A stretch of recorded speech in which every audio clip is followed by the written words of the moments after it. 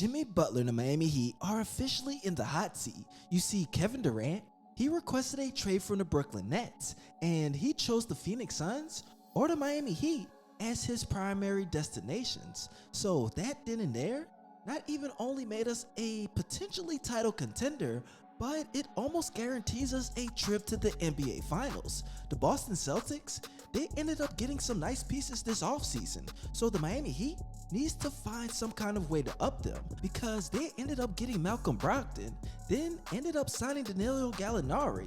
That's two pieces that can help them on the offensive side of the basketball. While Malcolm Brogdon can do that, facilitate, and be good on the defensive end, the Miami Heat need to make sure that they secure Kevin Durant. So today, there was an article posted by CBS Sports, and it's titled, "Kevin Durant only wants to play for Heat if Jimmy Butler, Bam Adebayo, and Kyle Lowry remain there." The article states that as the Brooklyn Nets attempt to trade Kevin Durant for something resembling fair value, they not only need to contend with the teams that they are negotiating with, but Durant himself.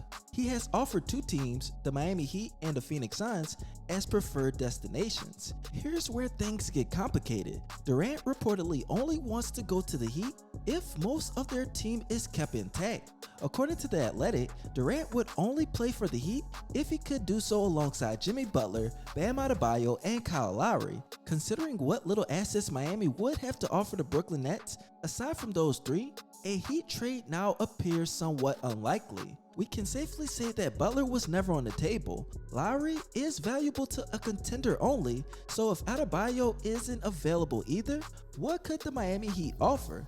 The package would be built around Tyler Herro and Duncan Robinson, as salary do matter. The Heat could offer the number 27th overall pick Nikola Jovic, along with 3 future first rounders and 3 future first round pick swaps. That's a huge offer for almost anybody, but it's not going to be enough to land Durant. Here's where things get complicated. Even if the Heat and Durant were open to a deal involving Adebayo, he legally can't be traded to the Nets right now.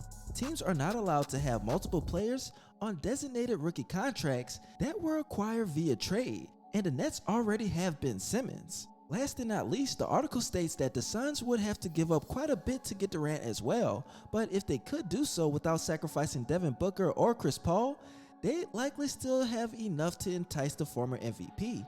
If Durant truly wants Phoenix above all other destinations, this sort of leap makes sense. If he could discourage the Heat, one of the primary threats to the Suns would be off of the board. Now, whenever I look at this article, you guys, I still feel like the Heat are in a good position. I mean, he wants to play with Jimmy Butler, Bam Adebayo, and Kyle Lowry. And if you look at it, he wouldn't want to go to the Phoenix Suns if they had to trade Devin Booker. And if you look at the roster, what player besides Devin Booker has better trade value than Tyler Herro? Tyler Herro has the potential to be a star in the NBA. Then you can get 3 future first round picks, 3 pick swaps. Then you get Nikola Jovic, a guy that I feel like can be the next Joker. And if not, he'll be somewhat close. That's a great deal. What I really need to ask you guys is this: would you rather win the NBA Finals next year and at least give yourself a chance the year after? Or would you rather lose in the Eastern Conference Finals next year and the year after and give yourself an opportunity to be a dynasty for the next 3 or 4 years?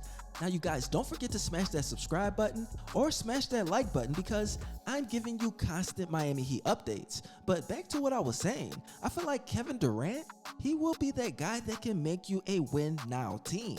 He'll be on contract for some time because he signed an extension last year, and I really believe that the Miami Heat are looking into that. He'll be 36 by the time his contract is up, so why not go and get one of the best scorers in the game? Why not put him alongside Jimmy Butler, a top 15 player in the league? To me, he's a top 10, but some people might disagree. I'll give you a little bit of leniency, but at the end of the day, the Miami Heat need to make a difficult decision. Do you trust Donovan Mitchell over Kevin Durant? Do you trust Tyler Herro? I believe the answer is no, because if they did trust Tyler Herro, why is he on the trade block? You know that you need to move pieces. They need to go after free agents like Donte DiVincenzo, a guy that can at least sign a minimum contract, because unless he goes to the Detroit Pistons or the San Antonio Spurs, I don't see him getting big time money. Let him come to the Heat, try to build his value for next offseason, and you can add defense like that alongside Kevin Durant and Jimmy Butler with Kyle Lowry.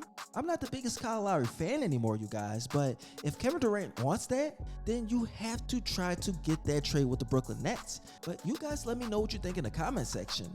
Do you think that the Miami Heat have enough assets to go and get Kevin Durant? And is it really worth it? Now, before I head out, you guys, I do have 2 more questions, but first, make sure you follow me on both of my Instagram pages. Once I reach 1,100 followers, I will be giving away an NBA jersey of your choice. And make sure you follow me on my main ScottyIce channel. It's something that I really want you to do because I'll be giving up constant NBA content that you don't want to miss. Now, the questions that I have for today is 1, who do you prefer, Donovan Mitchell, Kevin Durant, or Miles Turner?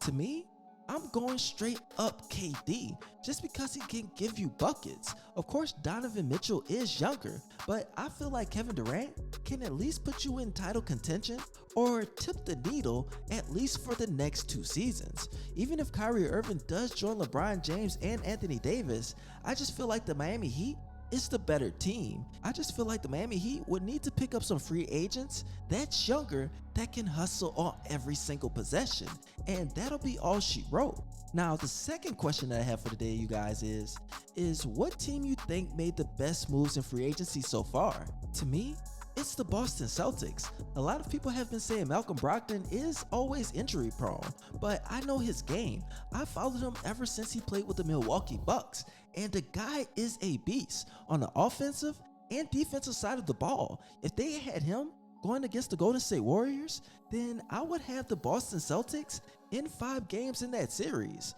But you guys tell me what you think in the comments section.